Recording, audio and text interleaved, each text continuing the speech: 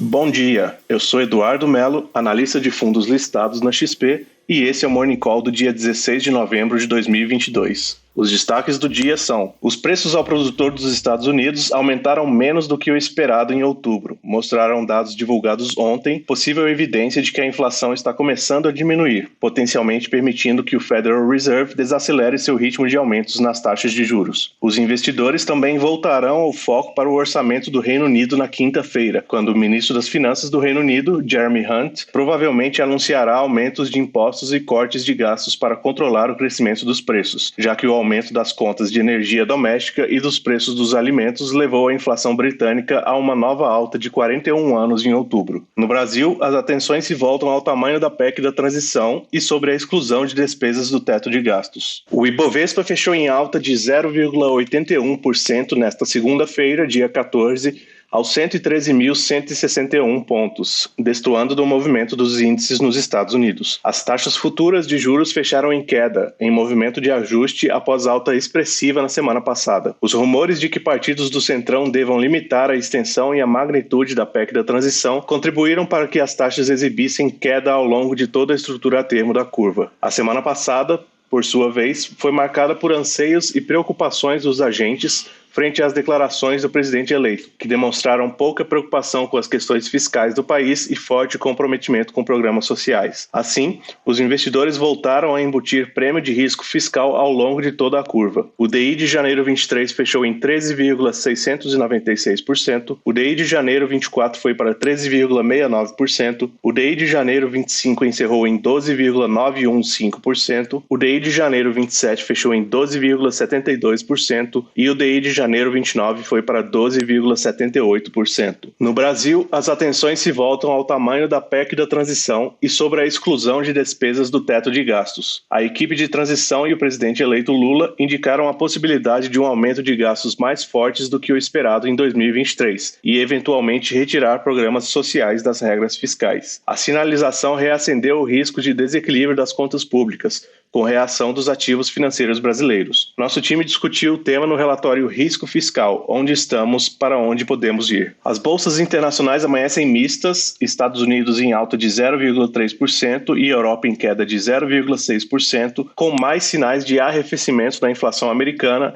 e um tom de preocupação com um possível ataque russo à Polônia. Nesta terça-feira, dados da inflação ao produtor, PPI, nos Estados Unidos, registraram 8% no acumulado de 12 meses, contra as expectativas de 8,4% do consenso, sugerindo que o pico do aumento de preços no país pode ter ficado para trás. Já no campo geopolítico, os temores com uma possível escalada da guerra entre Rússia e Ucrânia perderam força após o presidente dos Estados Unidos, Joe Biden, pontuar ser improvável que o míssil direcionado para a Polônia tenha sido disparado pela Rússia. Na Europa, a inflação do Reino Unido atingiu 11,1% no acumulado anual, surpreendendo negativamente as estimativas de 10,6% e atingindo seu maior valor dos últimos 41 anos. Na China, o índice de Hang Seng encerra em baixa de 0,5%, enquanto investidores ponderam se os estímulos anunciados para o setor imobiliário serão suficientes para conter a crise e aguardam os resultados de grandes empresas como a Tencent e o Alibaba. Os preços ao produtor dos Estados Unidos aumentaram menos do que o esperado em outubro, mostraram dados divulgados ontem em mais uma evidência de que a inflação está começando a diminuir, potencialmente permitindo que o Federal Reserve desacelere seu ritmo de aumentos nas taxas de juros. O relatório do Departamento do Trabalho na terça-feira também mostrou um declínio no custo dos preços do atacado. O relatório do Departamento do Trabalho na terça-feira também mostrou um declínio no custo dos produtos no atacado, excluindo alimentos e energia, refletindo a melhoria das cadeias de suprimentos, bem como a desaceleração da demanda devido aos custos mais altos dos empréstimos. Na agenda hoje, dados de atividade econômica nos Estados Unidos serão importantes. Com a divulgação das vendas no varejo, expectativa é de 1% na comparação mensal, preços de importação, com expectativa de queda de 0,4% na comparação mensal, e a produção industrial de outubro, com expectativa de alta de 0,1% na comparação mensal, além do índice NAHB de mercado imobiliário de novembro, com expectativa de 36. No Reino Unido, os preços ao consumidor subiram 11,1% nos 12 meses até outubro,